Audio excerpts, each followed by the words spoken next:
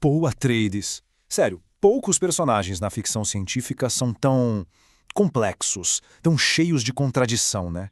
Então, bora mergulhar de cabeça para entender o que, no fundo, move essa figura tão icônica.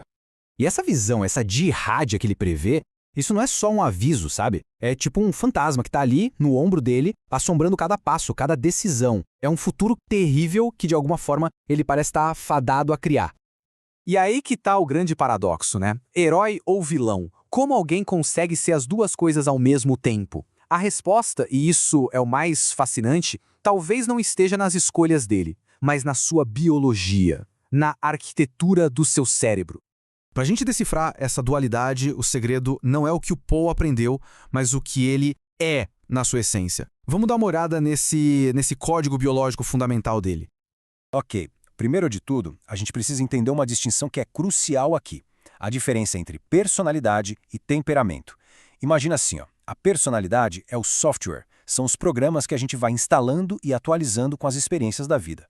Já o temperamento, temperamento é o hardware, é a máquina que vem de fábrica, a nossa base biológica, imutável. E essa ideia não é nova, na verdade é bem antiga. Mas o legal é que a neurociência moderna pegou esse conceito e deu uma atualizada. Hoje falamos de 4 temperamentos principais, cada um ligado a um sistema químico dominante no cérebro.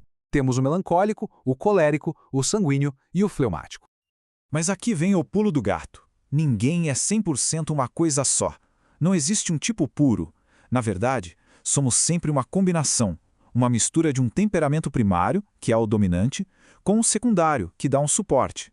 E com isso em mente, a gente chega no diagnóstico do Paul. A análise psicobiológica dele mostra que ele é primariamente melancólico, com um temperamento secundário colérico. E é exatamente aí, nessa combinação, que a história dele acontece. É a guerra interna entre esse núcleo melancólico e a máscara colérica que ele precisa vestir para sobreviver.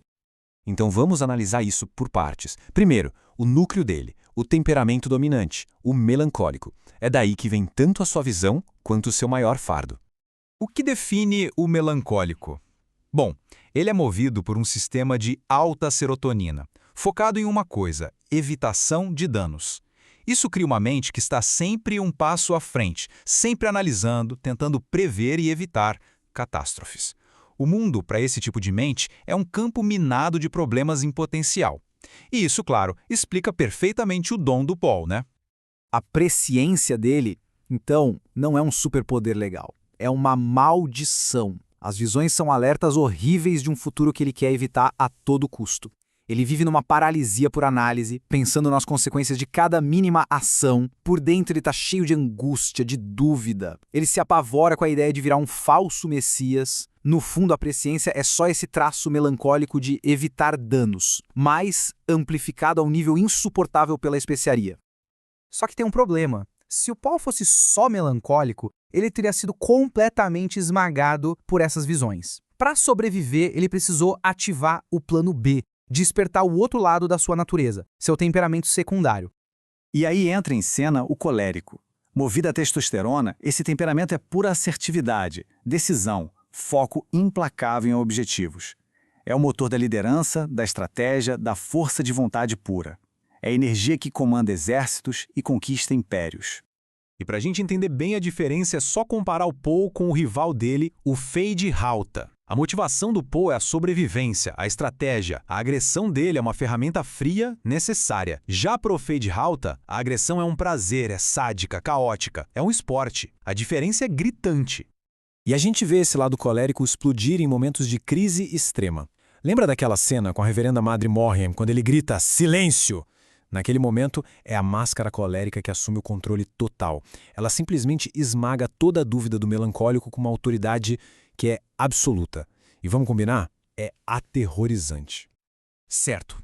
Então a gente tem esses dois lados em guerra dentro de uma pessoa só. De um lado, o profeta melancólico que vê o horror. Do outro, o senhor da guerra colérico que executa o plano. Como é que essas duas forças se unem?